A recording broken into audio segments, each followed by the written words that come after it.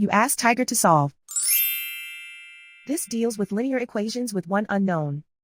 The final result is x equals -8. Let's solve it step by step. Simplify the expression. Expand the parentheses.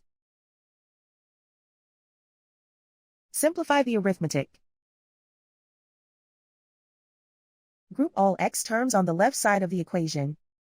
Add 3x to both sides. Group like terms. Simplify the arithmetic. Group like terms. Simplify the arithmetic.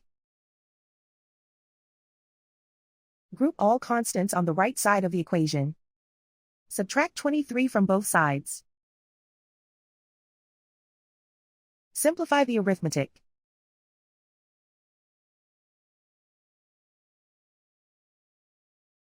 Isolate the x.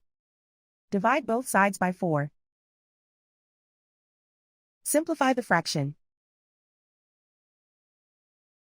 Find the greatest common factor of the numerator and denominator.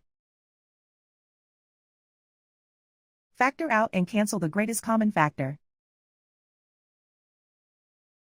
And so the final result is x equals -8.